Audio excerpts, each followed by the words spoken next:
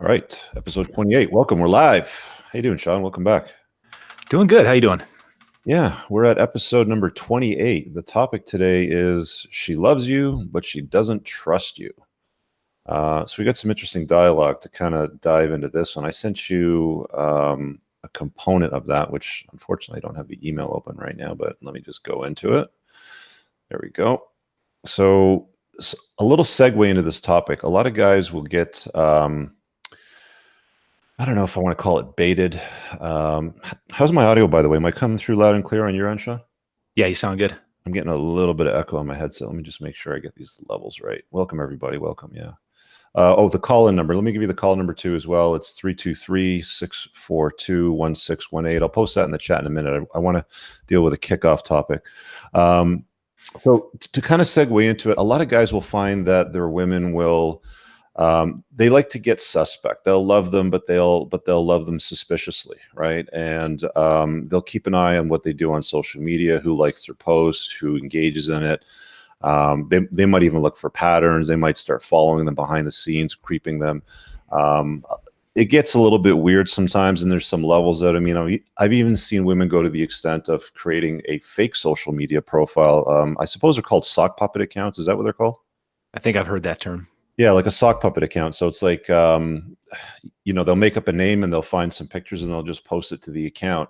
And they'll even go to the extent of building up a pattern on that account, like posts and engagement, and they have friends and likes and sort of thing of this fictitious character. So they manufacture this fictitious character. And then what they'll do with the fictitious characters, they'll slide into their boyfriend's or husband's DMs and be like, hey, you're cute. I saw your post over there. Do you live around this area? Do you want to grab a coffee? And then he'll be like, well, okay. And she'll be like, ha, I gotcha. So it's like a baited sort of call. And this is an example of something that I came across the other day. So I'll just read it out so you guys have some frame. And Sean, I want to get your feedback on it. So this guy said, I thought I'd share this. One of my favorite women that I'm dating non-monogamously right now. She's a solid 8. She's 29. She's lots of fun. However, I had to cut her loose today.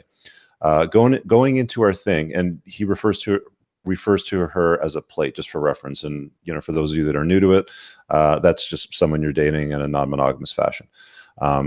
People usually do this early stages. Women do the exact same thing. It's not unique to one gender or the other.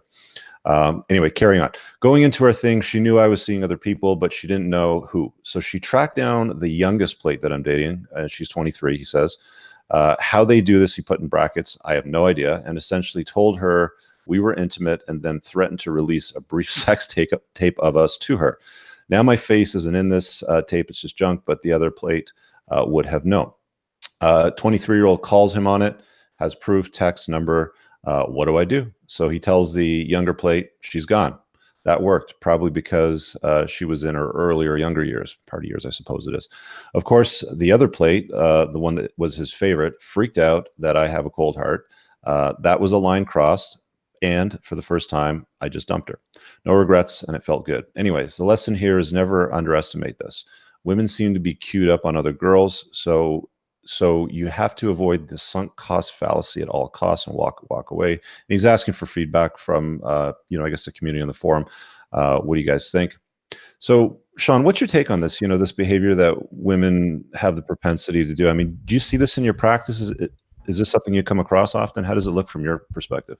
I think my entire life I've seen this to some degree. I grew up working in my dad's bar. My dad bought a bar when I was 9 years old. I worked there for the next 6 or 7 years. So I spent my nights and weekends there. And I can remember even back then, before there was any kind of internet or anything, I remember tales of these little gotcha games that people would play with each other. So I think that this has always been there. I think that social media makes it a lot easier. Social media makes a lot of things a lot easier because it dehumanizes people. And this is something that really struck me when you sent me this vignette, this email from this guy.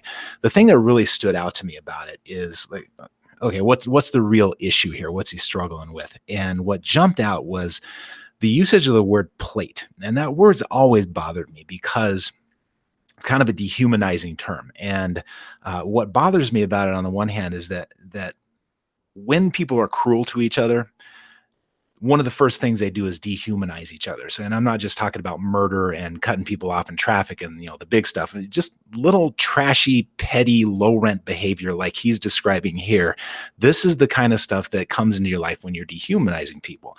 And so, I guess my first thought for this gentleman would be maybe stop using the word plate to describe human beings. And let me give you a humanistic reason for that, and then a more self-centered reason. The humanistic reason is that, if you're the least bit interested in making the world around you a slightly better place, then one easy thing you can do to accomplish that is don't dehumanize people. Find the humanity in the people that you're dealing with. And particularly on social media, like it's really easy to dehumanize somebody who's sitting behind an avatar, right? Remember that there's another person behind there, but maybe you're the kind of guy that's not the least bit interested in making the world a better place and making for you being in it. So here's a more self-centered reason for it, that when you use dehumanizing terms for people, like this group of people over here, they're plates, they're objects for my satisfaction, then you're setting a pretty low bar for behavior. And if you instead set a higher bar and you said, instead of bringing plates into my life, these objects for my gratification, I'm going to bring capable, resourceful, intelligent people into my life, maybe even people who have the ability to challenge me a little bit. And what's going to happen then is that you're probably going to have a lot less of this trifling soap opera BS in your life for no other reason than that person just doesn't have the time for it because they're functioning at a higher level. So I don't think I've seen you.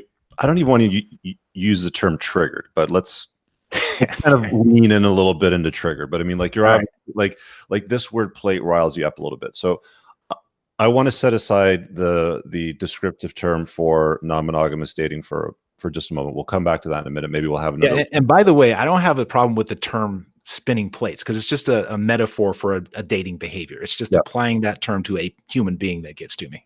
Yeah. So okay, so let's deal with it. So spinning plates, when somebody says they're spinning plates, I think the term in Rollo's first book came from these carnival sort of artists where they would put plates on sticks and they would kind of spin them and there would be like 4 or 5 of them going all at the same time. And the notion in that book was it's very useful and to basically carbon copy what women are or have been naturally doing for a long period of time is guys should date non-monogamously as well so they can contrast and see where the higher value ones are and where the lower value ones and women with genuine interests versus the ones with low interest sort of thing. So that's what the notion is of spinning plates, is they're just basically saying you're dating a few women non-monogamously, and it doesn't necessarily mean that you're being intimate with them all. It just means that you're seeing a few at the same time. Setting that aside, I want to go to the behavior of the women where they manufacture drama, or in some cases it might be described as manufacture and indignation, where in the absence of any drama going on, the female mind will actively create it, right? And the notion of creeping a man's social media, like I have a social media following, obviously, with the channel and Instagram and Twitter and stuff like that, and there's a lot there. And there's a lot of engagement on a day-to-day basis. And some of the engagement comes from women, for example. I think like something like 8 or 10% of my audience is female. Most of them, well, let's say half of them hate me and the other half are just a fly in the wall because they want to see what we're talking about to gather intel. They're like the KGB sort of thing. It's kind of funny. But but they'll be there and they'll engage in posts and they'll like and they'll comment sort of thing. A woman that might have some insecurities or might not have the same level of maturity that somebody that's comfortable with it would go and creep them and see who they are and what they do and what their location is and if the geolocation is close enough. In that instance, in that message that guy, that vignette that you called it, his main, I guess, interest. We'll just replace plate with interest just for the sake of his main interest decided to go on a fishing trip. And, she went looking for trouble and she found it. She found a younger girl who's, presumably probably quite attractive because she's younger than the older one. And she manufactured drama. She actually threatened to remove her from the dating equation. So like this behavior where a woman will have affection and desire and strong, genuine desire for you, but she'll manufacture drama out of the day-to-day activities. I see that as a red flag. I see that as a big red flag. I mean, there's degrees of it. There's some women that are really, really bad at it. Well, they'll go and make a fake social media profile and then date their boyfriends. Like that's like high level crazy shit, in my opinion. And then there's just basic, like I'm creeping to see who's attentive to your social posts. How do you size that up? Where do you decide where that's too much or you've crossed the line? You know, like I love you, but I don't trust you. Like when is it too much? Here's how I would size it up. And first of all, let me say, okay, I picked on this guy for a minute. Let me tell you something that I like about his message is that he was honest. He's doing ethical non-monogamy, spinning plates, right? Yeah. So he was honest with the first person that he's seeing other people. So cool. The way I deal with that is, okay, you've got some pretty immature behavior that shows up in a relationship. And in my book, everybody gets a mulligan. And the reason everybody gets a mulligan is because you don't know where they're coming. Oh, I don't play golf, but I understand it's a golf term where you get to take an extra stroke, or so you take a shot, but it doesn't count against you. I don't know. Maybe some golf people can tell I'm not a golfer. I was with golf. Yeah, it's a do-over. Everybody gets a do-over. Okay. And the reason is because you don't know where they're coming from. Maybe this person came from a family where it's not acceptable, maybe it's even dangerous to ask questions directly. So maybe she's asking questions indirectly.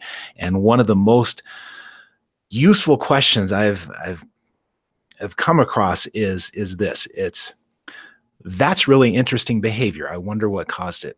And if you can approach this situation with that kind of curiosity, get her talking about why she went on this fishing trip, then maybe you can understand what she's after. And then she gets another shot. And if she keeps failing, then that's a separate issue. But why not give somebody a chance? Mm. So how many chances do you give them? Not a whole lot in this case, I wouldn't think. I mean, we're talking about trust here, right? So that's the core issue in this entire thread that you sent me, and the entire discussion is trust. So if you can't establish that, if she can't get to the point where she can speak directly to you, well, then that's a problem you have to deal with. That's actually a separate problem from the fishing trips and all of the manufactured drama. Okay, so as the guy that wrote the Tactical Guide to Women, kind of like a vetting process where you like look for the bright triad traits and you try to dismiss the darker ones. Mm-hmm. Where does the I don't trust you fall in the scope of the vetting process for a woman that you want to bring into your inner circle? Like how much of that do you tolerate to the point where you say, look, that's enough, you know, there's no more of these shenanigans. I don't want to hear about it. Right? Like This is your problem, not my problem. Like your trust. It's so low on the hierarchy. I didn't even put it in the book, because if you don't trust me, what are we even doing here? Right. I agree. I agree. Yeah. Good. So let's see if we got the call lines open. Yeah, we got some people on the line. Again, the call-in number is 323-642-1618. We got a few callers on, so let's dive in here and see what we got. We got exchange. So when I call out the caller, so you guys know who I'm talking to, there's the area code, and then there's the exchange, and then there's the part after the dash. The exchange is just before the dash. I'm not reading out the area code just so people don't know where you're at when I put you on the air. So when I say exchange 688, that's you coming on the air. All right, 688, you're on the air. How you guys doing? Doing good. How are you? Awesome. I want to thank you guys for all your hard work. I just wanted to let you know you guys are actually saving lives out there, right? We're trying to. Sean, you know. Was awesome. Yeah, we're trying to help guys out. So there's a gentleman that I met probably a couple years ago. I don't know him super well. He had a baby mama. He had multiple kids. He was about almost 40. He's getting up there in age, and he put his girl back to school, paid her way. He was a plow horse, as you would call it, rich, about 80, 100-hour work weeks. Yeah. So middle income, but 6 figures because he's working so much. Long story short, when his girl finished school, she started making more money. By proxy, she was around other high-earning individuals. Some guy slipped into her DMs, and she cucked this guy. Over the span of time, this guy almost blew his brains out. He was like full-on rock bottom, didn't know what to do with himself.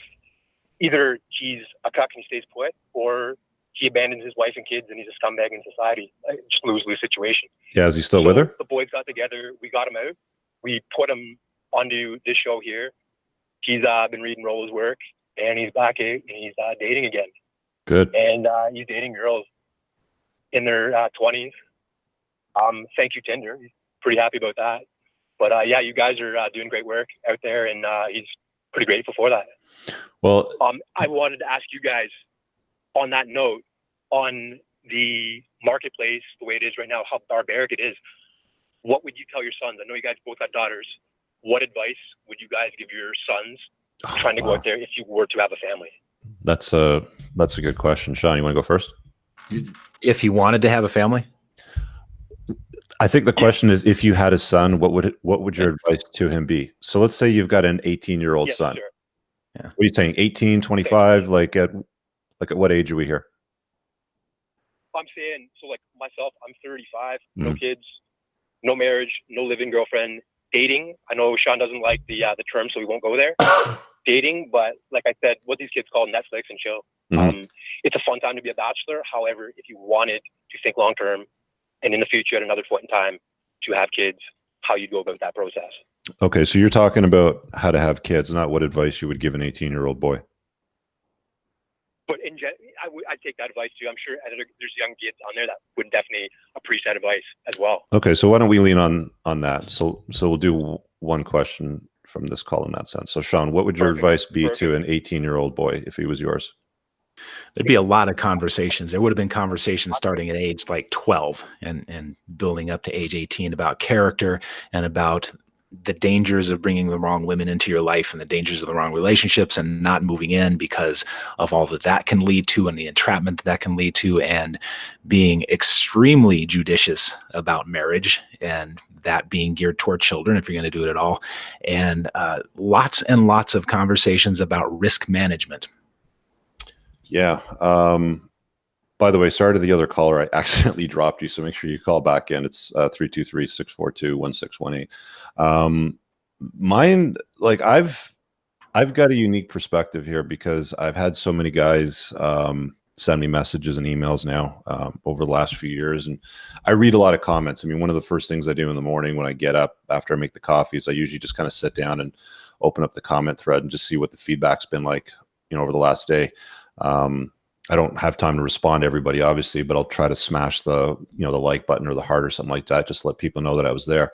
But what I'm seeing is a lot of guys that need to start with fundamentals and deprogram the social conditioning that they get growing up. I mean, assuming that I fathered the child and I raised him to 18 and this was like the 18th birthday conversation talk that I needed to have, it would be along serious lines about the reality of the world, and the stuff that you've seen in Disney movies isn't true. The stuff that Hollywood's showing you is not necessarily accurate. The stuff that the media portrays is pretty, offside. We'd have conversations about the toxic version of feminism that we live in today. That's more or less a supremacist movement that really manufactures so much in the way of risk for men that you've got to be extremely careful. There would also be a conversation along the lines of not getting into a serious relationship until you got your life established. I mean, son, if you're 18, I'm going to say you got 12 years. This isn't something you need to think about until you're at least 30. You got lots of runway. So build the foundation of your life, make bank, chase excellence, create a purpose in your life. Those would be the sorts of things that I'd be talking about. And if I didn't have the YouTube channel, I'd say, go watch this guy's YouTube channel. It's called Entrepreneurs in Cars. You get lots of good stuff out of the playlist in there. All right, we got some more callers here. That was a good question. I like that one. Yeah. Call-in lines again, 323-642-1618. What's the situation here with, we got a lot of people watching. Do me a favor, guys. If you're on a device where you can hit the thumbs up, like the like button, I know you can't on a console, on a TV, or if you're listening to a rerun on a podcast, but if you are, give it a like. Let the platforms know that this is useful content and more men should hopefully see it. I mean, it doesn't cost you anything to like it or share it somewhere, so it's greatly appreciated. Let's go back to these lines here. All right, so Exchange 315, I'm going to put you on the air in a second. And just a quick reminder, guys, this is the Before the Train Wreck show. Sean and I got together over a drink and said, gee, we'd really like to hit more guys before they make a mess out of their lives. So this isn't the how do I get girls show or anything like that. We want to try to help guys vet for potential train wrecks coming their way. Maybe their spidey senses are tingling, or even the last caller who had an interesting experience to share, calling with stuff like that. So Exchange 315, you're coming on the air. All right, you're up. 315, you're up. Okay, guys, you need to turn down the volume of the playback in the background. I'll just drop you if you're going to come on dead air. So 797 exchange, you're coming up. All right, 797, you're on the air. Hey, how's it going? So my name's Nate. I'm 21 years old. I have actually a perfect follow-up to what you guys just responded to. And this is a before the train wreck, definitely for sure. Awesome. So I have like a girl thing. Basically, she's my age. We're both going into senior year of college, and she goes away to school. But we've been kind of on and off throughout college as she comes back for the summer and breaks and stuff like that. But I think because we've been on and off, you know, we've both seen other people, and we've both been involved, and we never actually were in like a relationship. So now we're both getting to the point where it's like we might actually graduate and still be talking, where we didn't expect that was going to happen. But, you know, over this summer, we both have internships and we've both been doing different things. However, she's now coming out with a bunch of, seems like, excuses why we wouldn't work. And one of the things is that she feels she can't trust me because she knows I've been with X amount of people. I don't even know how to navigate this, or if I should just drop her and be like, you know, go on to my senior year and just totally fresh, free white, because she's always been there, but not actually there, if that makes any sense. Yeah, just wanted to know your opinion. Yeah, Sean, you want to go first? So suddenly she's not trusting you because she's aware of your history? She had issues before, but like it's really manifesting itself now because we're realizing, you know, with our internship schedules and stuff like that, we don't get to see each other all that often. I think she's coming up with excuses because she doesn't get to see me as often as she did like in past summers before. It's like now all of a sudden different. Okay, so your sense is that she's coming up with excuses, and so have you been leading the conversation toward the real issue, which is what you think is bothering her? So I think, you know, it's becoming now to the point where it's like actually a nuisance to deal with these excuses, because now it's like the point where she's like telling her friends, for example, that I did XYZ thing wrong, which happened in the past. But you know what? Like, we were never dating. And also, you know, she went away to school too. You know, it's not easy to stick with somebody through school, and we didn't do it. And we both actively made that decision, but now it's all coming through. And it's like, I feel like she's deciding between her friends and me, and I have to choose between my friends and me. But mostly she's basically distancing her friends from me because she feels like I'm this negative person. How old is this girl? She's also 21. 21. This is really immature stuff. Separating you from it's also really disconcerting stuff. Separating you from your friends. That's not acceptable. But beyond that, you know, how much of this drama do you want in your life? I assume that you've had some conversations with her about this stuff needs to stop. Can we knock it off and get back on track? And have you given her that opportunity? Yeah, so she made the gesture, and I say gesture because I feel like it's not enough improvement. She decided to tell her dad and mom that, like, I'm back in her life, quote unquote. And also she told a couple of her, like, really close friends that she's back talking to me, but I still haven't seen it, meaning like it's not like she's invited me over for dinner or anything. And it's also like all her friends seem to hang out together. So if she told 2 out of the 6, that's like not all of it. Man, dude, this stuff sounds exhausting. How much time you want to spend on all this? You have things to do, right? I don't mean during this call, but you have things to do in life, right? Yeah, dude, I was going to say, Nate, listen, you know, whenever there's a conflict between, hold up, Nate, hold up. I know there's a little bit of a delay. Just hear me out for 1 sec. Whenever there's a conflict between what she's saying and what she's doing, believe the behavior. Okay. Also, at this stage of your life, like, you're a young man, you're obviously in school. I mean, you dig each other's vibe. You obviously get along. You have a good laugh. Maybe the shagging's good, whatever, who cares? But at this stage of your life, this, like Sean's saying, why is this hijacking you? Like, why is this hijacking your day? Like, why is this such a focus for you? Like, there's lots of other women out there. If she's going to bring this much drama to you, it should be next. It's like, bye, Felicia. Okay. Yeah, this is a really important point because you're 21 and you're setting a precedent for the rest of your life. So if you spend your 21st year dealing with this kind of drama, well, then you're creating a little bit of a precedent. What does your 22nd year look like? I guess actually now you're in your 22nd year. So what does your 23rd year look like, and so forth? And the more you do this, the more it becomes ingrained that drama is part of your life. And I'm sure she's a lovely girl, but I mean, if she's struggling to pull it together right now, well, that kind of falls on her, it sounds like. See, Nate, women crave indignation when there's an absence of it. Like if everything's going good in a relationship, you guys are dating, whatever, and nothing bad's happening, women will often try to manufacture it. Okay. And this is her just trying to like, well, because you slept with a bunch of people and I didn't, then blah, blah. This is just point and sputter. And it's like, I don't care. And that should really be your approach is ZFG. I don't care. You know, I don't know what you did. I didn't challenge what you did. I didn't have the private investigators chasing you down or trailing you down. What is she doing? Is she like creeping you on social media and like coming up with stuff, or where's all this coming from? No, that's the other thing too. And this is why I guess I'm a little bit hesitant to just drop it, is because on every other spectrum, she's like good. She's never stalked me on social media. In fact, she was upset when she went away that I was with other people. So she purposely crossed it all off, knocked it all out, said like, I don't want to see it, and just closed it. Bullshit. You know? And now currently she bullshit. Like, I'm telling you right now, that is a load of bullshit. She still creeped you. Women are masters of manufacturing cover stories about what they're doing with social media. Oh, I didn't use it. I didn't creep it. Dude, I've seen and heard so many stories now. Okay. She was still creeping you on social media. So what did she see? Did you see? I mean, she saw you having fun with your friends. Were there a couple of girls in the photographs? Did she have some competition anxiety out of all this? That sounds about right. There you go. And that's where it's coming from. And that's why she's challenging you right now, right? That's why she's like, well, I know you slept with a lot of girls, because she probably saw, you know, half dozen, maybe 24 pictures of you at parties with some good looking people. And some of them were women in close proximity, right?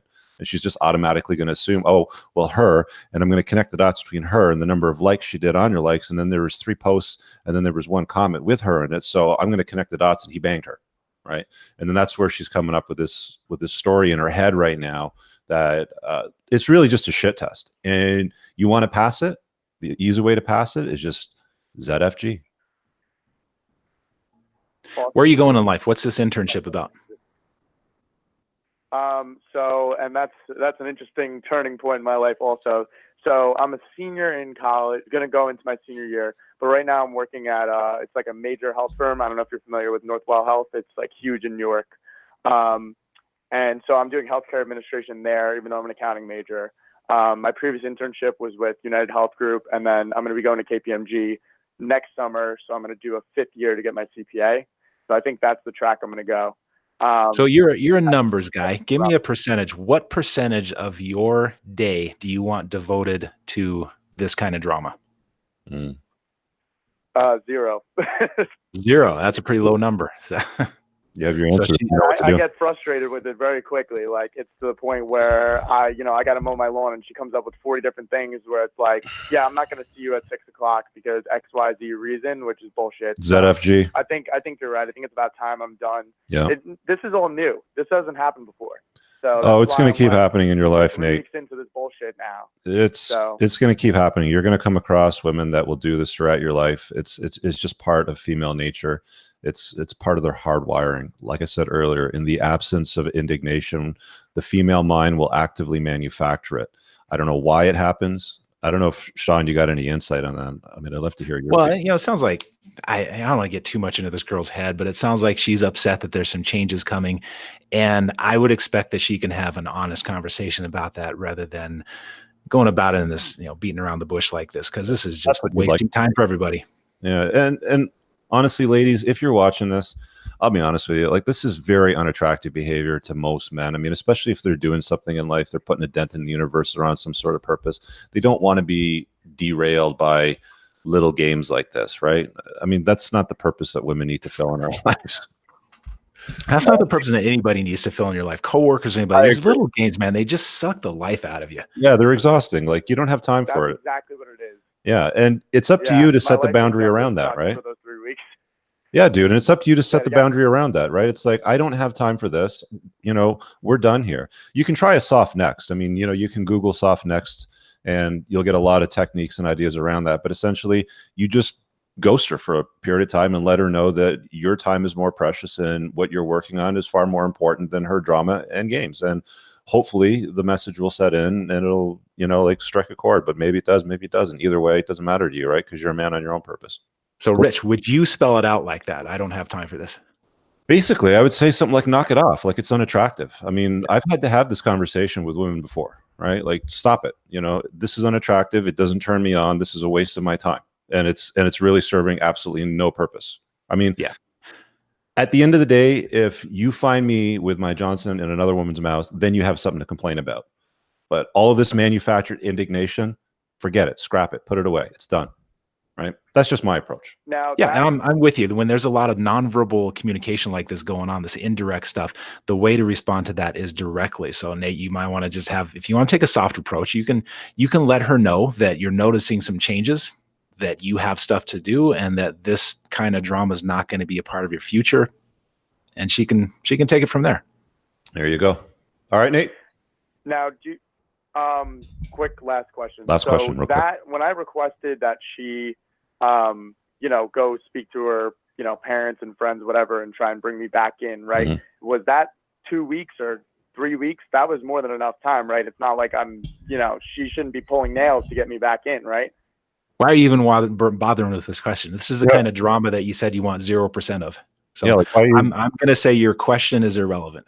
Yeah. So why are you trying to jump through hoops to qualify again, right? Like, stop it. Yeah. All right, man. Absolutely. Okay. Take care. Thank you. All right. So much. Peace. Appreciate it. Good luck, man. All right. Yeah, that was an interesting call. We got a comment here from Rule Zero Dad. He said, "My time and goals is greater than your BS." I think that's a good way to summarize it. Interesting. Yeah. So, guys, call in if you got something tied into this topic. I think it's a good discussion piece. We got another caller here. It looks like it's overseas. I don't have the exchange, but it starts with 491. So, all right, 491, you're on the air. That's you. Hello? Hello. Hey, you hear me? Loud and clear. What's your question, my man? Okay, yes. Sorry. First of all, I'd like to say I love your work. You guys are the best. I'm trying to preach everything you guys are saying, everything you guys are doing for us in Europe, like for my friends in Europe. First of all, I'd like to tell my story. I was born in Africa, raised in Africa, and I was sent to Europe because my parents worked really hard and blah, blah, blah. Their parents were all over the place. So I've discovered Western Europe and Eastern Europe, and I've been all over Europe, and I've been to the States. I've been all over the world. I've had a lot of girls. I have seen a lot of things, and I fell in love with a girl, and I got red-pilled as hell after that.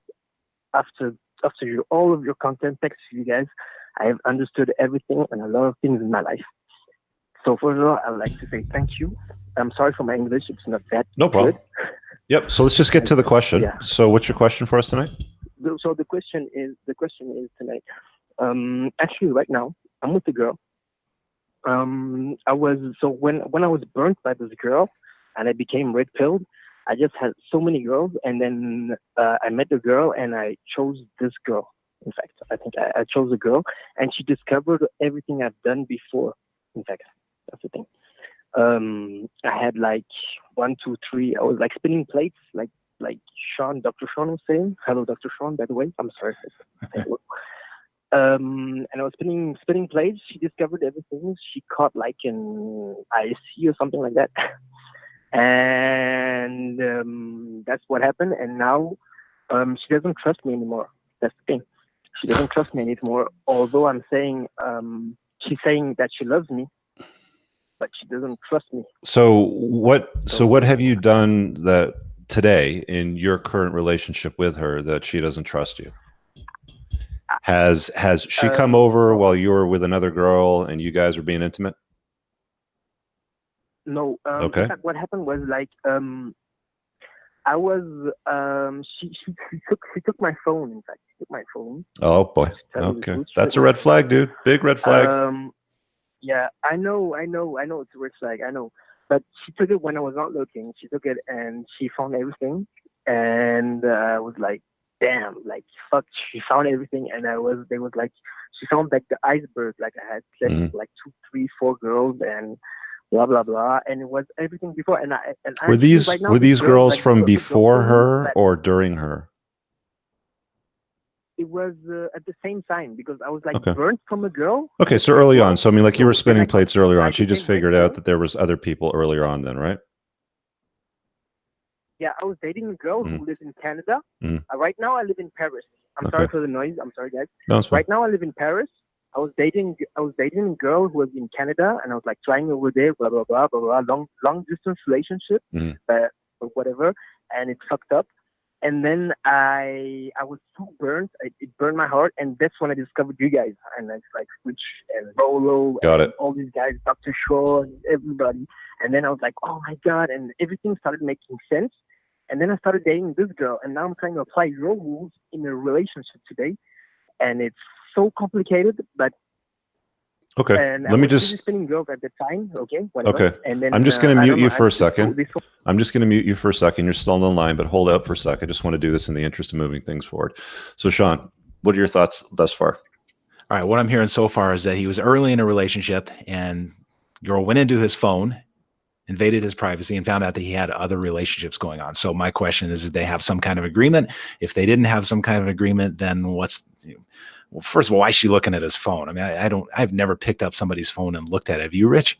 No. Well, I don't have the time. I have, but I don't do it. I don't like to do it. I think it's a stupid use of your time. Right. Yes, I've done it in the past, of course. But women will do this where they'll go looking for fucking,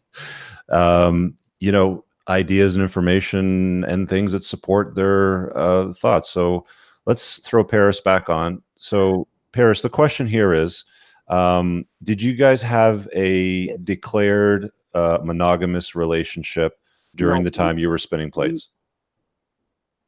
We didn't have a declared. She told me. In fact, the thing is, she told me. So she has nothing to be upset about. Listen up. I don't want to do things too fast, and I don't want to be serious about it. And then I was like, okay, fine, don't want to be serious about it. So I'm gonna just go and chill with other girls. And then I chilled out with other girls, and during the whole time. And she said, and she told me, in fact, she told me to be monogamous about it, but I said, fuck that, and I fucked things up. I fucked things up later on. But she wanted to go into something serious, in fact. Well, you said that she didn't want anything serious, but then she's trying to lay claim to exclusivity and monogamy with you. Like, which is it? She was trying to blame monogamy with me. Right, but you also said that she said that she didn't want anything serious and she wanted to take things slow. Yeah, she wanted to take things slow. And she wanted to be monogamous with me. But I was like so burnt from my previous relationship that I couldn't, like, I was like, fuck that. This girl was trying to play with me. How long were you guys dating for at this time where it was like, she had this conversation where she wants you guys to be exclusive? Until today? Or no, when did you guys have this conversation where she was telling you that she wants to take it slow but be exclusive? At the beginning, like a month in, 3 months, 1 or 2 months. 1 or 2 months. Okay, so hold up for a sec, Sean. Yeah. Any other clarifying questions? No, this kind of reminds me of the previous caller where there's a whole lot of drama and consternation going on when it seems like Ferriss, if you knew what you were doing and you were being ethical, you weren't lying or misleading anybody. I don't understand what all this extraneous conversation is about these mixed signals. She's telling you one thing and telling you something else, and good God, it's just like the previous guy. Sounds exhausting. How much time do you want to spend on this? Yeah, well, I've got him muted right now, so he can't answer that. But I mean, I'm of the same opinion. I mean, everybody does this early on.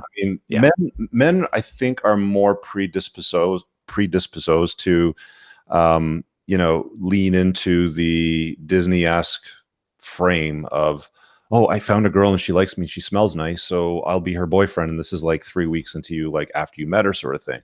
But the truth of the matter is nobody does that, and women especially don't do that. I mean, they're natural plate spinners. They don't have a name for it, but it's what they do. They'll just weigh out their options, and they'll kind of let the cream rise to the top because they get attention everywhere they go. They can take the garbage to the curb. They get attention. Somebody will hit on them. They can be at the gas station or a checkout line. Somebody will hit on them. They get attention everywhere. So women's hypergamous nature is always scanning. It's like a radar. It's kind of scanning the horizon for a better prospect. Until she has a conversation with you where she's like, where do we stand? I'd like to be exclusive with you, sort of thing. You can pretty much assume that she's doing it. And that's the way that it should be handled, in my estimation. I'm going to throw him back on right now. Well, hang on, Rich. Okay. Because I want to add something to that. These points of drama, they're so alluring for guys. And I think, these sound like duty-driven guys. Like Nate that called in earlier, we had this whole conversation about he wants 0% of this drama in his life. And we had this nice conversation about it. And then right before he gets off the phone, he says, well, is it too long that we've waited 2 weeks since she's talked to her parents or whatever? He immediately gets drawn right back into the exact kind of question that's going to derail. It's very hard to stay on track. Yeah, it is. And it's really hard for most guys because they're plugged into this primary social female order, right? And that's what I'm hearing from you, caller, is that there's all of this drama going on, and it's hard for you to stay on track, it seems like. Don't even entertain it, dude. My approach should be like, you know what? Knock it off. You have no right to invade my privacy. Yeah, we were probably both seeing other people at the same time. I don't want to hear your, stories or excuses or whatever the hell it is. But right now, it's you and I, right? So what's the problem here? You don't like it? There's a door over there. Am I wrong? Yeah, true. Yeah, that's true. But how is this gonna last? That's my question. My question is this gonna last? Because she's been testing me. How long have you guys been dating? Months and months. Yeah, of course. But how long have you got? 1 year. 1 year. It's been for 1 year. So she keeps shit testing you. Every time, like, calm down, stop looking at my stuff. She's looking at my Instagram. Tell her to knock it off. At all my messages and everything. Yeah, okay. I get exactly what you're saying. And there's going to be a lot of guys calling in on this exact thing tonight. I can see it right now. We already have a pattern going. We've got tons of people waiting to get on the phone and share these stories and questions. No, stop calling. Yeah. Stop checking my stuff. Dude, be good. Don't worry. And I'm trying. Got it. Yeah. Got it. Okay, so I'm just going to let you go because I want to move on to the other callers because we got a bunch of other people waiting. But I'm going to just listen, okay? Thanks. Thank you very much for taking me. You're welcome. No problem. Thanks. So, guys, when it comes to this behavior, it's incumbent on you to enforce the boundaries. Like I said earlier, Sean asked me, like, what would you do? Knock it off. This is unattractive behavior. It doesn't turn me on. It's completely unnecessary. You need to stop this, right? I mean, again, I'll say it again. Unless you come over to my house and you catch me with another woman being intimate, get lost. Pound sand. I don't want to hear it. Stop creeping me on social media. Stop trying to go through my phone. Stop looking through file folders, garbage, whatever it is that you're doing. Enough. Stop it. You're here with me, and that's it. That's all you need to know, right? That's my take on it. I don't know. You got any closing thoughts on that, Sean? Well, I think with Ferriss, one closing thought I would say is I'm not real clear on what he wants out of this relationship. So get clear on what you drama right now is what he's got. What's that? He's got a lot of drama out of it right now because for the last year she's been on his ass constantly looking through his shit, trying to manufacture drama in that relationship. Who the hell has time for that? Yeah. So I would like to know what he wants out of this relationship. And if the conversations and the behavior aren't leading to some mutually agreed upon goal, then what are we doing here? It's next. It's bye, Felicia. See ya. Honestly, guys, I don't look, if you've gotten yourself into an environment where you've had to abandon your sexual strategy, okay, the male sexual strategy is unlimited access to unlimited women. The female sexual strategy, generally speaking, is open hypergamy. They're always looking for the best provisioning male. If you're in a relationship with a chick and she deems you the best provisioning male that she can get, her hypergamy satisfied, and you've abandoned your sexual strategy, which is unlimited access to unlimited women, she can pound sand as far as I'm concerned. Because if you've let that go and she's still harassing you and busting your chops over who's liking your post, who so-and-so is, and behaving in this covert sort of fishing trip operation, Black Ops 21, Side Ops 27, whatever it is, they're going to write a movie or a book on it. Who was that guy that did that, all that stuff? The Black Ops. The Black Ops stuff, yeah, I don't know. You know what I'm talking about anyway. It's like, stop it, knock it off. We got other things that we can do in our lives right now, and this is a big distraction. And honestly, it's a big turnoff for most guys. Jack Reacher, is that who you're thinking of? No, not Jack Reacher. Who's that guy that did that video? Clancy. What's his name? Okay, yeah, Tom Clancy. Yeah, Tom Clancy. Covert Ops. So, stuff. and so here's something for these young guys. I don't know how old Ferriss was, but if your relationship looks like this in the first year, what do you think is going to look like 10 years into a marriage if you end up married? I mean, what are you going to get accomplished when life's going to be miserable? When she does this, it's a control mechanism. She's trying to control you. That's what it is, right? That's what I think it is. I don't know. What do you think it is, Sean? I think in a lot of cases it's trying to control her emotions by controlling somebody else. That's it. That's what I wanted to say. Thank you. This is why we work together, Sean. That's right. Good. Okay, let's go to another caller. We got Exchange 315 coming on the air. All right, 315, you're on the air. What's your question? Hello, could you hear me? Loud and clear. All right, awesome. My question is pertaining more towards the topic that you had last week about high achievers. Can I still ask a question about that, or does it have to pertain to women? Fire away. Okay, awesome. Rich, you in particular, you're a high successful man, and that's hard to come by these days. My question is, how does a person that's trying to improve that he notices his faults? Now, I'm a 28-year-old guy, and I'm noticing a lot of my faults that I had when I was younger. I didn't have a father figure, and a lot of it has to do with, my lack of a drive, etc. But my question is, how does a person offer value to a higher value mentor, per se? Like, let's say if I met you in person, how does one go about offering value if he's in a less fortunate, You give. It's plain and simple, because I get people that message me all the time going, I'd really like to work with you, or I'd like to buy you coffee, or I'd like to buy you dinner, or if you're ever in this town, let me know. And it's like, no, man, I don't have time for any of that shit, to be honest with you. But like, what you got to do is, if you want to get involved with somebody that is several steps above you and be mentored by them, I mean, one, you can either buy their time, which is one way to do it. You can buy my time at clarity.fm/Richard Cooper. I'll drop the link in the chat if anybody is interested in that. But you can also do something for them. You can give. So one way that I've cracked into other people before was, I've always been a big car guy, and there was a big car channel that I wanted to be a part of when I was early on with my YouTube channel. I had like 10,000 subscribers at the time, and I was on his website looking for the contact information, and I noticed a few of the links were broken. So when I contacted him, I didn't contact him with an ask like, hey man, can you help me out? How do you grow a YouTube audience? How do you build a car channel? My opening was a give, and it was like, hey man, I was on your website, love what you do. I noticed that these links over here to these products were broken. I'm not sure if you're clear on it, but here's some tips, sort of thing, right? Because I got some web skills. And then we kind of dove into dialogue about, mentoring, sort of things like that. So you always want to hit mentors with a give first, because as soon as you come at them and you're like, hey, I'd really like to pick your brain, what you're really saying is you want to pick their pocket and steal their time for free, right? And guys that have limited time or limited access to time based on what they're doing with their schedule, they hate that. I hate it personally. Right. No, of course. And that's the thing too, like these days I look at it exactly how you view it. If you're hanging around losers, I mean, if you're the smartest guy in a room, like you said, like you got to find it in your room. And I agree with that wholeheartedly. The issue is like, a big fish in a small pond, but you're trying to transition into a bigger pond, but you still don't have the resources necessarily to give other men in particular, like. Have you read The 4-Hour Workweek? Have you read The 4-Hour Workweek by Tim Ferriss? No, I haven't. So if you listen to his earlier podcast, or even the early part of that book, he talks about how he broke into Silicon Valley and got into angel investing. And he basically showed up in his mom's shitty minivan that was broken down. He was basically living in it, and he was volunteering in nonprofits that were kind of tied into the angel investing scene over there. And that's how we kind of got into it. So you just donate your time, you give, right? If you want to get something from a mentor, you have to bring something to the table, because you offer nothing, right? You don't have any knowledge or skills that could be useful to him.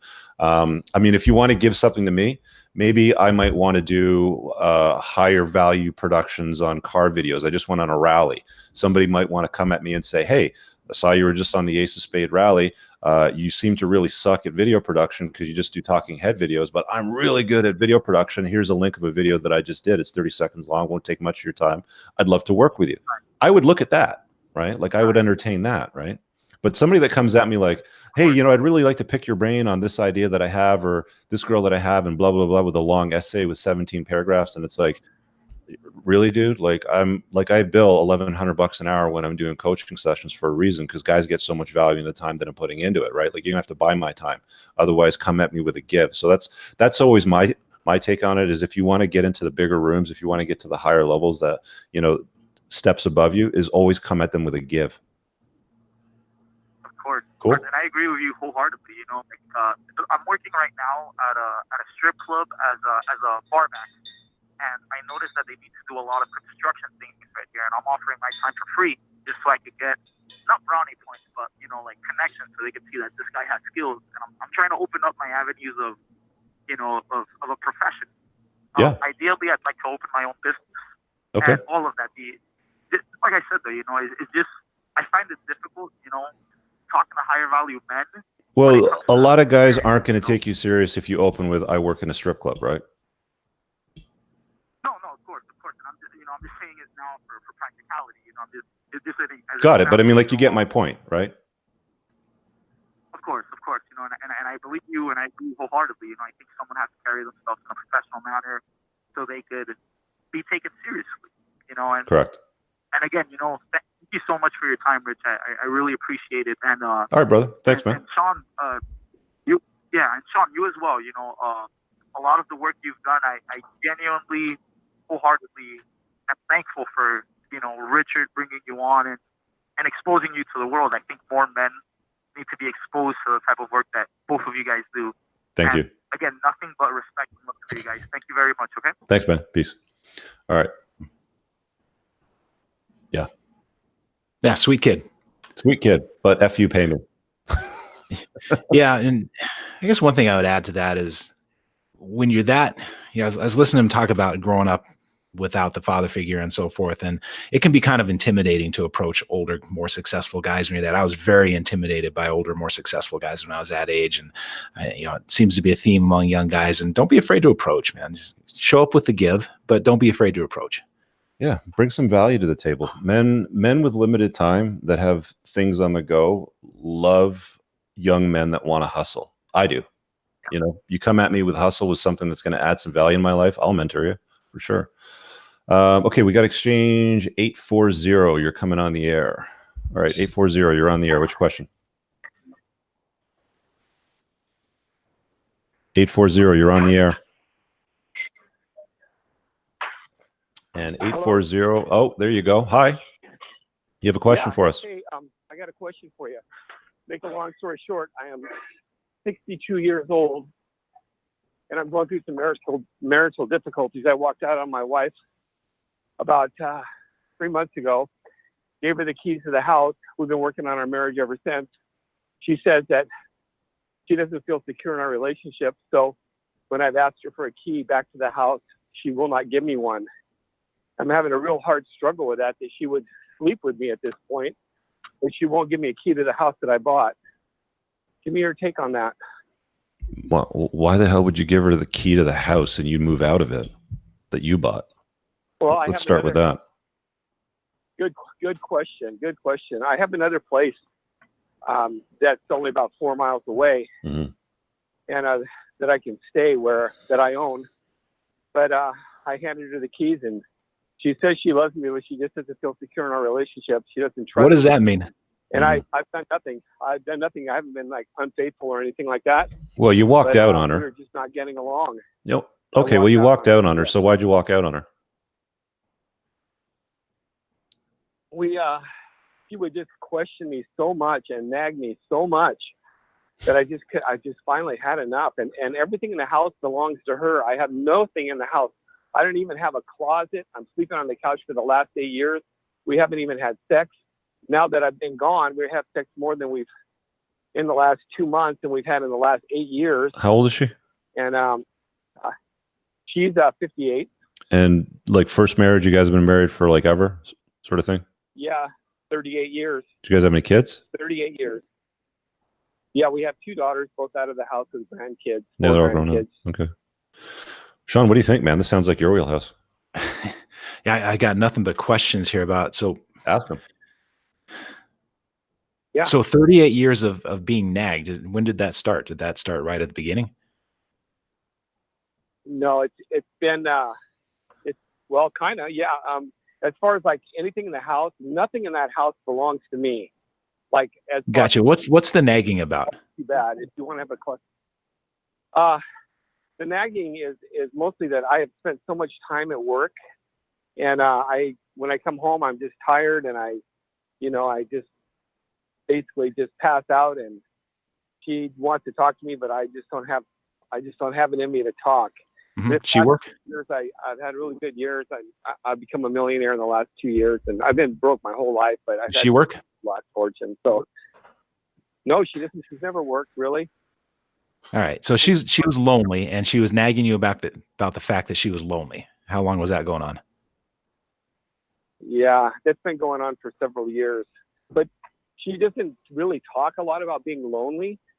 But what's she nagging you about? She's nagging you about time or what? Oh, like if I track something into the house, or I want to spend some money on myself. Now I make really good money now, and my business is number one in the world in its field, and I just got really lucky. But now it seems like even if I have the money, she doesn't want me spending it on anything. So is this new behavior? Money? No. If I go out and I buy myself something like even a gun or something, she just goes through the roof. Like, why didn't we talk about this? And it's like, God, it's like a $600 gun. I'm making $80,000 a month. So what happens if she spends $600 on something? I encourage her to. I always encourage her to. Got it. So I mean, if she brings home like a $600 handbag, do you give her grief?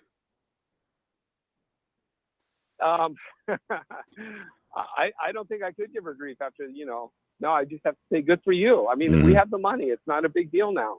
Okay. All right. So what do you want to do? Do you want to try to resurrect this marriage? I do. I really do. Why? But the more she treats me like this, the Why? more, yeah, that's a good, why? The more she treats me like that, the more I'm looking for options, Well, yeah, of course. Yeah. So why do you want to resurrect this marriage? And I'm not saying you shouldn't, but why do you want to? Because I love her still. I love her. But okay. she told me that she would rather date me than live with me. So I don't know. Maybe I'm really hard to live with. I don't think I am, but who does, All right. So what is she asking for besides, what is she asking for from you? She's just asking for time for her emotional insides to heal from the things I said when I left. I said some pretty bad things. I mean, Okay, what did you say? What did you say? I can't stand living with you. That was the worst one. Okay. And that's the worst thing I said. Why is that? What was she complaining? What was she complaining about before you left? And I'm still confused on what she was unhappy about. And I don't know that you know what she was unhappy about. Yeah, I'm confused too. But I know we had an argument, and on the phone that night. This is a 1 in a million thing that I was sleeping on the couch like I do every night, and I reached for my phone. I didn't know what time it was. It was a little after midnight. And she's talking to somebody on the phone. It just clicked on FaceTime. It was the weirdest deal ever. And I listened to her say some really disparaging things about me that happened like 20, 30 years ago. And she's just, and come to find out she was talking to her mom, but I didn't know who she was talking about. And all the lights in the house were off. She was hiding in the garage, just talking to her mom. I said, why are you hiding? She said, I was afraid you're going to get mad at me. But I've never punched a wall. I've never hit her. I've never thrown anything. All right. Stop. Hang on a second.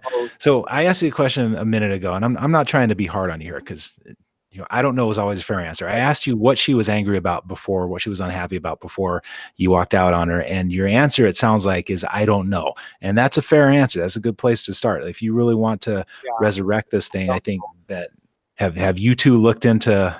I almost hate to recommend this because there's so many bad therapists out there, but have you looked into couples therapy? When I researched therapy, all I come up with is that more people that go through therapy get divorced than people that don't go through therapy. Well, that's because people show up and they're DOA, the relationship is already gone. That people who show up and there's still something salvageable and they're willing to work on it. Yes, couples therapy can be effective. So you're discouraged about, you don't want to go to couples therapy? No, I would go to therapy, but I just don't know how necessary it is for me right now. I mean, I don't know what I'm going to get out of it. I don't know what they're going to tell me that I don't know, and maybe that's a bad. I'll tell you exactly what you're going to get out of it. You're going to see if your wife is serious about fixing the relationship or not, right? Like her actions will tell you. She's going to show up. She's going to be present. She's going to want to do the work. She's going to want to listen. Right? Like that's why people get divorced when they go through marriage counseling or marriage therapy or whatever you want to call it, because at some point it becomes obvious to one person or the other, or maybe both, that they're trying to salvage something that nobody wants to work on. Right? So that's really the point of it, right? In my view, anyway. But why would she not? Why would she sleep with me and give me that most precious thing to her, but not even but not give me a key to my house when she knows it would mean so much to me? She won't give it up. I think these are all very good questions, and I think that you don't have the answers to them, and I think that's fine. But it doesn't sound like, God, I'm gonna sound like Dr. Phil here from Minnesota. Forgive me, but it doesn't sound like you really know what's going on with her. It doesn't sound like you've been listening very well, and I may be reading way too much into this. But if you want to get some answers, start exploring and see where it goes. She's very controlling, dude. Like if she's controlling you over a $600 gun and a key to a house that you paid for, or you don't have the right to put your feet up on the table, or you track some dirt into the house when you walk in the house. I mean, she's basically locked you out of your own house, but still wants to bang you and get attention from you. Yeah, right? This is what's really curious. I mean, she's insanely controlling, but why? Why is she controlling? This is the answer. This is a question we don't have an answer to. And this is something you might be able to ferret out with couples therapy. Right. Exactly. That's what I was going to say. I mean, if you hash it out that way, then things should start to become obvious to you and you'll get some more clarity. In the absence of clarity, do something. And it's good that you're calling in to kind of get, some ideas going on. But I think Sean's absolutely right, man. I mean, like, you want to put her to task and say, where the rubber meets the road, like, let's see some shit going on here. Like, let's go talk to somebody about this and see if we can figure this out. And at least that way you can get some clarity and decide whether or not it's worth your time to try to fix, or dive back in the dating pool and maybe you'll find somebody that's not going to be a controlling bitch. Yeah, and if you guys have been dating for a year, I would say at this level of control, I would say, why are you even wasting your time? But you got 38 years, you got 2 kids, you got grandkids, you stand to lose a lot if you go through the divorce machine. So yeah, why not put a little effort into this and save it? And I'll give you a little tip. If you're, there's so many bad therapists out there and so many anti-male therapists, that one way to vet them is there's these guidelines that came out from the American Psychological Association earlier this year. You probably heard about them, guidelines for working with boys and men. And I think one of the best things that came out of this is that you can use those guidelines as a vetting question for psychologists. You call them up and you say, what do you think of these guidelines? And if they think the guidelines are a good idea, you hang up and you go to the next one until you get one that says, I think those guidelines were very destructive. That's a great way to put it. Yeah. Does that help you out, brother? Yeah. Yeah. Thank you so much. Appreciate your work. Yeah. Hey, listen, man, just as a closing thought, I mean, as far as this is the only life that we get. And when, like, there's no air in our lungs and we're dead 6 foot under, like, that's all we know that we get, as far as I know anyway. Live your life in a way that that like fills your cup. You know what I'm saying? Like, it charges your batteries, it doesn't drain you. And it sounds to me like you've let yourself get into a position where you've become this beta-tized plow horse. I mean, you're an alpha as fuck in your business because you're number one in the world, but in the household, like, you don't even have a key to your own damn house, man. Right? Like, you have the right as a man. You have the right as a man, as the head of the household, to put your foot down and tell her that's not good enough, right? And she is replaceable. All women are replaceable. Don't ever kid yourself, okay? There's other women out there that will not do this dumb shit. Anyway, those are my closing thoughts. Thank you so much, man. I appreciate your work. Thanks for calling in. All right. Yeah, get to work, man. Good luck. That's a tough one, man. Fuck. It is. Years of that. I mean, that's like, I don't see anybody changing after 38 years of that. And she's already shown him exactly what her cards are. And her cards are control, man. And that stuff just doesn't change. I would be surprised if she wants to do the work. In fact, dude, like, if you call back in 3 weeks, 4 weeks after, I want to get an update on this one. Like, let us know how that one goes. Yeah, I would like to hear an update too. And I don't think character changes necessarily. At 62, character doesn't change very much. There's some subtle changes in character over the next few decades, but her behavior could change if the equation changes. So there may be something that she's really unhappy about that's easy to fix. Yeah. All right, let's see what we got for callers. What are we at? We got another 30 minutes. Show's going good tonight, man. This is good. Yeah. Guys, make sure you hit the like button for us, please. And just going to take a quick break to shout out to the channel sponsor, Grondike Soap, Tactical Soap, pheromone infused handmade soap in the US. It is the channel sponsor for Entrepreneurs in Cars. If you guys check out with coupon code Cooper, you get 10% off. There's a link in the description below. Or if you're listening to this on a podcast, it's just coopersoap.com. You can just look it up and check out that way. But they also have pheromone infused beard oil. Products are great. Been using them for a while. Highly recommend it. If you guys like what you're watching, please support the creation of content. Go do that. Thanks. Let's grab another caller here. We got looks like another overseas one. It says 358. I don't know what that is, but all right, 358. You're on the air. Hello. Yep, that's you. You have a question for us? Yeah. Well, yeah. This is John from Finland.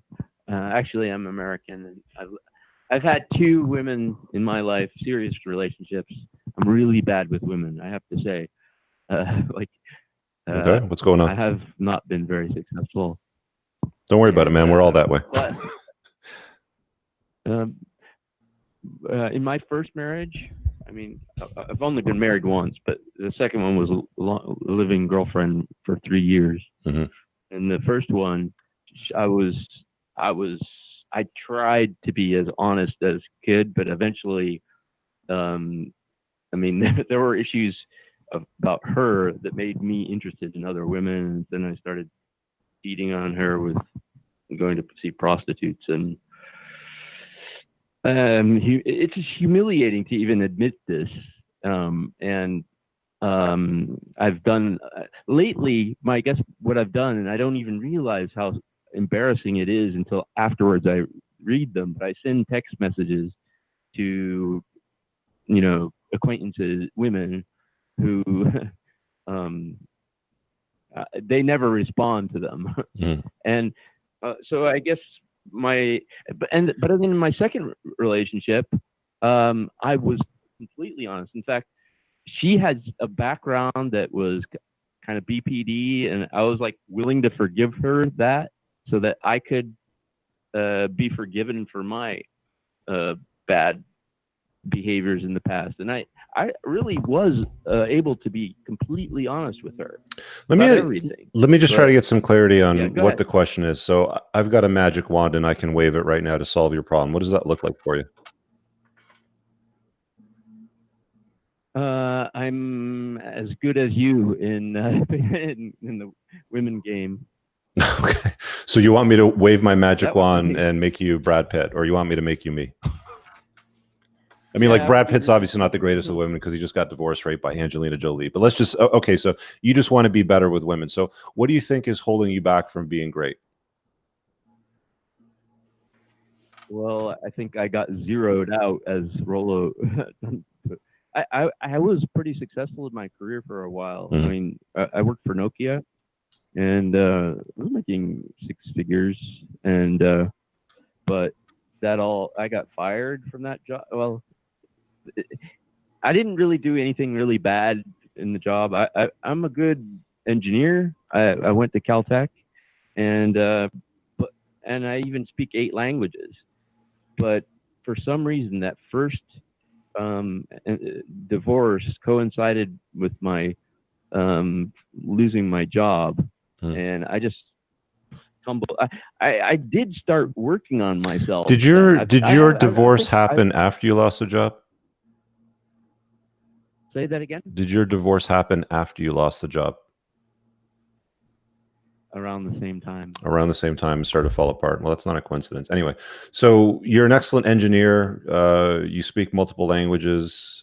Tip my hat to you there, but you suck with women. So what would make you better with women? Well, I've been following your shows. I'm reading The Boy Crisis that Rollo had recommended, and it's really good. Yeah.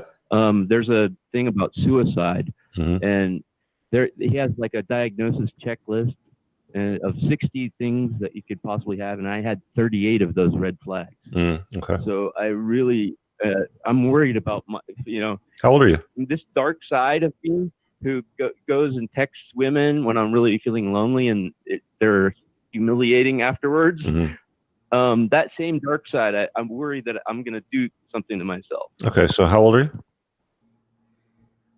49. Okay, so like that behavior is really just like beta thirst, right? You know, you're trying to give them free attention and they're not reciprocating. They probably think that you're creepy or, you know, something along the lines. And I'm not saying that, you know, to be disparaging or a dick. Creep, according to Nina. Okay. So I'm calling it. So Sean, what we got here is a guy that's not great with women. He's, you know, he's good in his career as an engineer, speaks a lot of languages, but he just doesn't know what to do to be better with them. Like you're obviously seeking the approval of these women, right? Like, is that what you're trying to do here?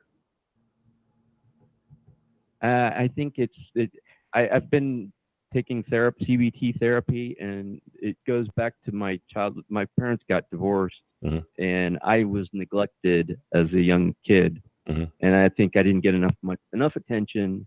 So I'm seeking. It's not just women; it's men friends too. I suck at making friends because my parents moved. My dad was in the army, so I was born in Germany. We lived in Saudi Arabia. Lived all in Pittsburgh and San Diego, Austin, Texas. Indiana. So let me ask you a question. Do you think that when you're trying to connect with another human being, do you think that it is more a lack of skill that's getting in the way, or is it more anxiety that's getting in the way? Anxiety, big time, yeah. As Okay. well as women, but not so much with men. Not with men though. What gets in the way when you're trying to connect with guys? I think it's the fact. Well, I always feel like I'm an outsider, you know, because when you move to a new city, and here I am, an American, and I've lived in Finland for a long time, and my Finnish is pretty good. Okay, but well, hang on, stay with me here for a minute. So, what gets in the way when you're trying to connect with guys is your own mind. It doesn't sound like you have any shortage of things to discuss about or connect on because you speak these languages, you've got these skill sets, you've been all over the world. What's getting in the way is the thought that you're an outsider. So we don't need to call that anxiety, but it's definitely your own mind getting in the way. Does that sound right? Yeah, I think that's true, but I don't know how to fix that. So, okay, so you live in Finland, right? I mean, Northern European women are usually pretty hot, yeah? Yeah, that's one of the reasons I want to stay. Well, I have 2 kids here too. But, okay. So yes, you're correct. So how do they respond to your approaches? I mean, it's also a very feminist culture nowadays too, right? Like it's very liberal, very left leaning, heavily taxed, very social. I told you I've been working out after I got divorced. I was totally hitting the gym. I got myself in shape, and I got at least the attraction part right. I get attraction from. Okay, the optics is what you're saying are starting to appear, but my question to you is, like, are the women in Finland generally left leaning, more feminist? Like, that's my impression here. Like, I've never been there. Okay. Yeah. So, like, the thing, like the narrative that they usually tell men is be a white knight, be kind, be yourself, be sweet, just be your friend, and all that BS. And that doesn't work. Even those women want a strong, masculine, virtuous alpha dude. They still want to be dominated, right? So you've got to, I mean, one of the things that you can do is, I don't know, find something that you can compete in that like gives you successive wins. Like, do you do anything like MMA or any kind of martial art? No, but I would love to. Yeah, maybe find something like that. I mean, whether, like, it doesn't matter if it's archery, if it's hunting, if it's MMA, if it's some kind of Brazilian jiu-jitsu, but just something to compete that makes you feel more strong and competent, like you're able to kick ass. I mean, women like that in a man. You know what I'm saying? By the way, hunting, just curious, in Finland is not the same as in the U.S. It's like you can't use bow and arrow. You know, there's no archery, and you have to have like a team of people. And whatever, you call the animals a name until you hurt their feelings and they fall down. I don't know what the rule is there for hunting, but like, I'm just saying, like, you know, do something to demonstrate competency, strength, and masculinity, because the backwards narrative that the feminist agenda tells women is they start regurgitating this narrative towards men, like, just be kind, just be nice, be less so we could become more. You know, and then you end up supplicating that. My ex-wife just said that to me today. Exactly. But that doesn't turn them on. But that doesn't turn them on. It turns them off. Well, I agree with you. I understand what you're saying, but when I came back home after visiting my ex-wife today, she's at least being friendly to me. I checked some of my texts that I've sent to certain women, and I have to say I was embarrassed at what I wrote. Mhm. And they're the kinds of things that you're encouraging guys to do. It's, you know, to not be so paralyzed with fear that you can't approach them. Mhm. And somehow they feel humiliating that I'm approaching someone. Like I approached one girl, she's a friend who's actually married, and I shouldn't have done that. Well, I mean, first problem is I mean? she's a friend. One, men and women can't be friends, and two, she's married. Right? Like you're picking the wrong target. Yeah, I know, but I'm just telling you that my dark side does do things that I'm ashamed of. Got it. I haven't done anything that put me in jail. Are you? I mean, are you working right now? Like, do you have a good job? Bad things sometimes. Sorry? Are you working right now? Do you have a good job? Like, you making money? Nope. Okay. Well, it's probably one of the things that I'd be working on too, you know, before you start worrying about women. Yeah, I am. I'm working on that. Yeah, absolutely. Right. Yeah, and this anxiety piece, we got to talk a minute about that. This idea you expressed earlier that this dark side is going to get out of control and that you're going to off yourself. That's what I think you meant. I meant a lot of people who have this fear that their mind is going to get out of control, that they're going to get out of control. Never seen it happen to anybody. So, but what it tells me is that you have a mind that is really high strung. It's high strung around women. It's high strung around men. It's high strung around yourself. You're thinking that you're going to spin out of control. And you said you're in therapy. Is the therapy useful so far? Yes, I have ADHD. I recently got a diagnosis. Yeah, I can tell. Is the therapy useful? Let me phrase the question differently.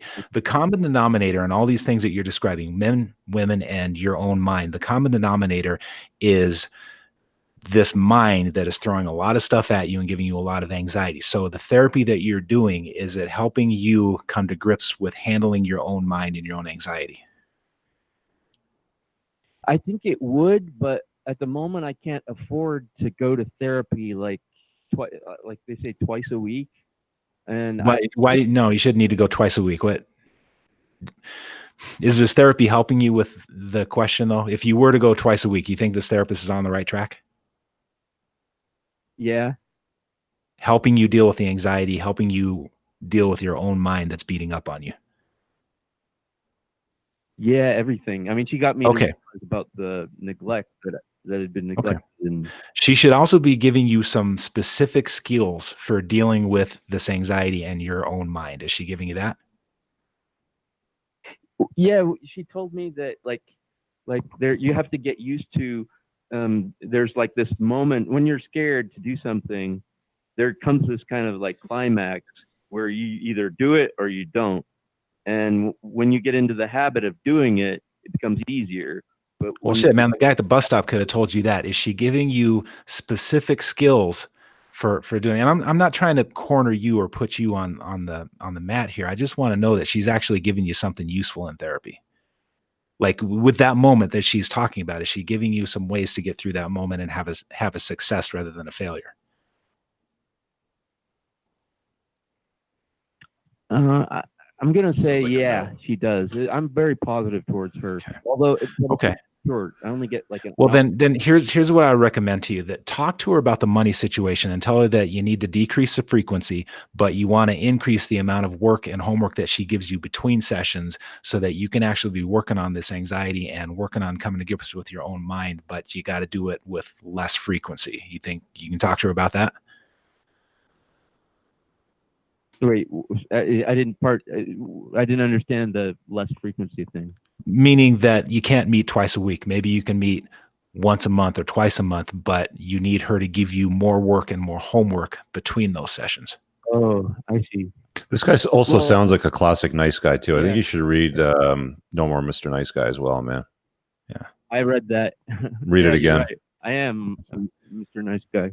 Yeah, well, read it again. But I don't know.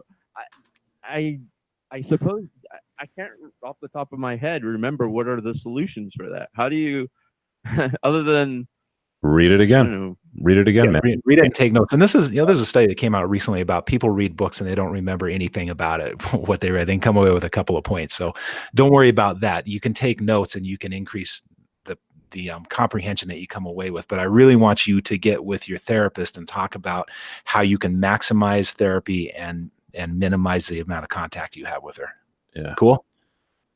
Yeah, it's true. Yeah. All right, man. Thanks, One man. of the things I did read that was perfect for this topic is 6 Pillars of Self-Esteem by Nathaniel Branden. Have you guys read that? Do you recommend that, Sean? I don't know. I know he's the Ayn Rand dude, isn't he? Wasn't he her He was lover or something? I think he was married to her. Okay. Yeah, I don't know anything about it, but if it's useful, cool. Stay with it. He's still alive. Good. All right, man. Yeah. Thanks for calling in. All right. See ya. Yeah, Keto. Stay with it, man. All right. Paul, you're up, buddy. Unmute yourself. Welcome. We got Big Paulie on. Big Paul on the hangout. There he is. There we go. Unmuted. Okay. How's everybody doing? Hi, Sean. My How you doing, Paul? little respiratory thing. So sorry about the voice. So out of the 7 plates I'm spinning, I have GB and all of their cards. So Dude, every time you call in here, you got some kind of different background going on. You look like you're in a crane or something, one of those big tower cranes. Where are you now? I'm putting my stuff in storage right now. Okay. So I have a storage vehicle, and that's why I almost missed the show today. So I'm going on a trip for a year, and I got to store a bunch of stuff, and so I'm in and out of a storage unit right now. Yeah. So luckily. By the way, Paul, you missed the early part of the show. Sean really disapproves of the term plates. Disapprove. Okay. But anyway, you guys approve. You got some plates. Funny. So out of the 7 hosts I'm dating now. Sorry. So, but actually, this topics. Hold on. Yeah, drink some water. No, there we go. So this topic is really interesting with the, and we're kind of, with the phone thing though, because I'm not sure where I stand when it comes to LTRs. You know what I mean? I feel like the phone should be kind of just an open book. Like I don't care, but then it brings up the question, like, why would you be checking my phone anyway? You know what I mean? And so it's obviously it's an unhealthy problem to be checking someone's phone all the time, to be that insecure. But at the same time, monogamy, and I don't want to get too far in the weeds here, but monogamy is an adaptation based on resources. Right now, we have a society that stimulates polygamous drives. You know what I mean? And so with phones, social media, it's an abundance of attention from other men or other females, in my case, and so many opportunities to kind of cross the line and break that monogamous bond. So if she has an insecurity, which a lot of times it happens, women think that I'm just going to pick up on somebody else or whatever. And to me, it was like no big deal just to show her my phone. But then the problem, of course, that backfired on me in my last relationship, because she had looked for anything to just be indignant and to be upset with me. It was like a prosecuting attorney looking for evidence, you know what I mean, that I'm going to discard her and that I'm going to, create a problem. So I mean, I'm just not sure what would be considered healthy. I think it's almost unhealthy. Yeah, it's unhealthy from any regard, from my perspective, because I mean, like, anytime a chick goes looking for trouble, anytime she goes looking for dirt, you will find it. Sure. And even if they don't find it, they will manufacture it. Yep. Now, I mean, at the same time, so I mean, obviously this was a red flag scenario, but early on in my last LTR, she had crossed the line, and I almost left her right then. I told her, well, and I ended up looking at her phone and her DMs at that point. Now, because she had. And what did you find? I found she maintained the commitment. She wasn't trying to cheat or anything, but she was allowing some conversations to go a little bit far. She was allowing the attention. Do you know what I mean? Yeah. And then basically, and she was a young girl too.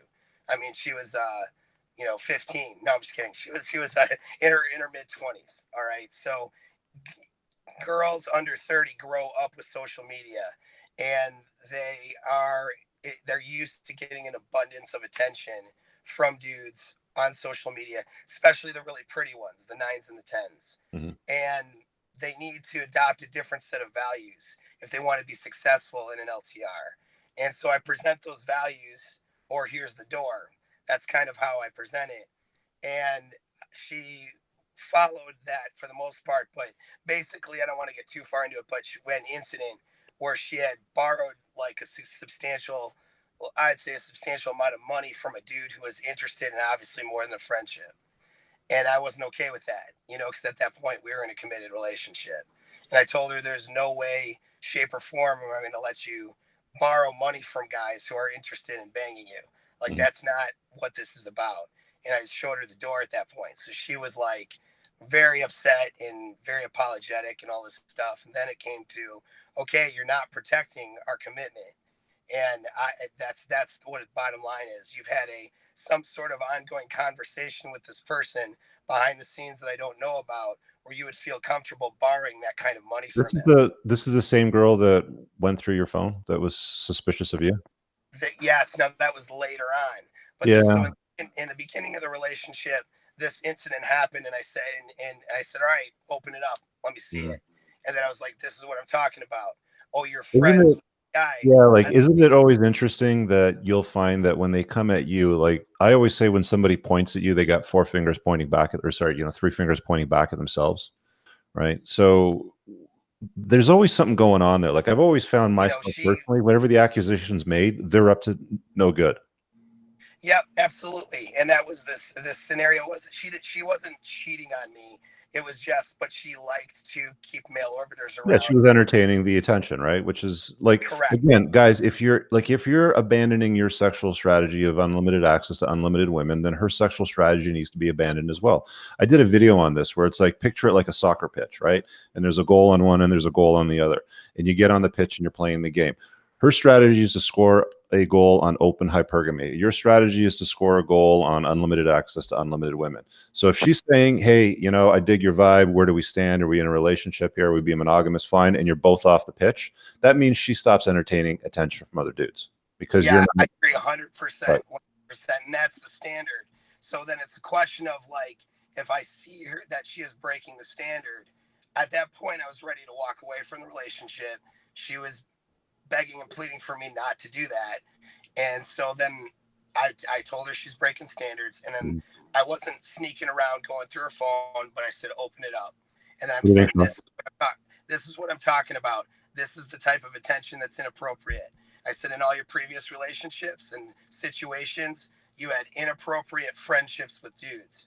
That is not how I run my relationship. If you want to be in a monogamous relationship with me, this stuff stops. And so she listened and she stopped all that stuff, at least for a while, until a year later when things started to get a little weird again, right? But that now fast forward a year later, her anxiety's picked up, her abandonment issues are picked up. Now she's looking for reasons that I'm going to discard her for another girl. So now she's very anxious, and now those behaviors are kicking in. And so now she wants to look at my phone at one point. I say, fine, go ahead and look through it. Well, what she had done was she went through every photo and she went through everything.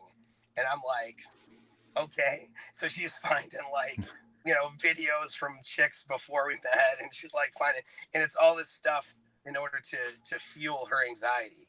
And it was let me jump in here for a minute, because that's the wrong answer for any kind of anxiety. I'm not yelling at you, but you can't feed anxiety, because it'll just get bigger and bigger, and it'll lead to more and more questions. The task for her is to figure out how to handle it. 100%. That was a mistake on my part. Yeah. My thing was, because in my mind at the time, I'm not an anxious person. So I'm like, I don't really give a shit. You might see where maybe I was a little too flirty, or now you're breaking up. And so in my normal, this would have been fine, but she's not healthy. And I think he's in a storage facility on the moon. All right, I'm gonna let him go because we're at the end of the 90 minutes anyway. But I gotta take a minute here, Rich. yeah, closing thoughts. Go. Yeah. Well, I'm kind of distracted because the guy that called, he spoke 8 languages and so forth. The guy that was really struck me as anxious. It's just, I got this vibe from this guy, and if you're still listening, just check into the possibility that you're somewhere on the Asperger scale, and I could be completely off base, but I just got kind of that vibe from you. So, yeah, check into it. Thank you for using Blog Talk Radio. All right. Sorry, just ending the episode because it cuts off after 90 minutes. But yeah, so we're off the air for call-ins. Yeah, that was an interesting one because there's a lot of that goes on that guys just don't know how to deal with. So, before we wrap up, Sean, actionable advice to men. Woman loves you but doesn't trust you. Like, what's your advice to guys in dealing with scenarios like that? We've heard everything across the spectrum on this tonight. Well, Paul, that last point that came up with Paul is feeding the anxiety makes it bigger and bigger. And so guys get into like remember the guy that called and we had this good conversation. And then he said at the end of the conversation, oh, did I wait too long with her parents or whatever? He got drawn right back into it. That anxiety is really contagious. Her anxiety is really contagious. And as the guy, you want to solve that and make her feel better. But feeding that anxiety is only going to make it bigger, and it is her problem to solve. If she can't trust you, then all right, I don't know what kind of relationship you have. How do you tell a chick to solve that problem? You dig her vibe, you get along well, but she just doesn't trust you. Like, how do you tell her to solve that? Plain old English. You say, it looks like there's a lot of anxiety popping up here around something, and it's not really anything that I can help you with, but I will tell you that this is not how I do my relationships. So, Good. Yes, might want to look into it. Good. All right, folks, thanks for watching tonight. I have on the calendar 29th is the next Monday. I'm traveling in early August, so I won't have the call-in system. Like, I won't have Block Talk access for next Monday, but we can drop the join link in the chat. People can kind of join in like Paul just did there. Sure. Do you want to do an episode? Are they all going to call from their storage facilities, or are they going to call from different places too? I don't know. Hopefully they'll call from like maybe a basement or something. Maybe we'll get an incel that calls from a basement. Paul cracks me up because there's always something going on in the background when he calls in. Yeah, you don't know half the story behind that guy. He's one of the most interesting dudes out there. I won't give away the farm on what he's up to, but he's doing some pretty awesome things for the government. Cool. Anyway, so we'll wrap up tonight's episode. So that was episode number 28. She loves you but doesn't trust you. Tune in next week on the 29th. 8 p.m. Eastern Standard Time. We won't have the call-in lines running, but we'll drop the join link so that you can click it in the chat and join the live broadcast that way and ask questions in that format. At least we'll get an episode out that way. And just a reminder, these are also available in podcast form, usually about a day to 2 days after the actual live broadcast on all your favorite platforms. So like iTunes, Stitcher, Spotify, Google Podcasts, pretty much all of them. So if you're more of like a driver listener, please listen to it over there. And again, consider grabbing some Tactical Soap, channel sponsor. You can also grab them if you're listening on the podcast at coopersoap.com. And you just check out straight that way. There's a coupon code for Cooper. You get 10% off. All right. We'll see you guys in the next episode.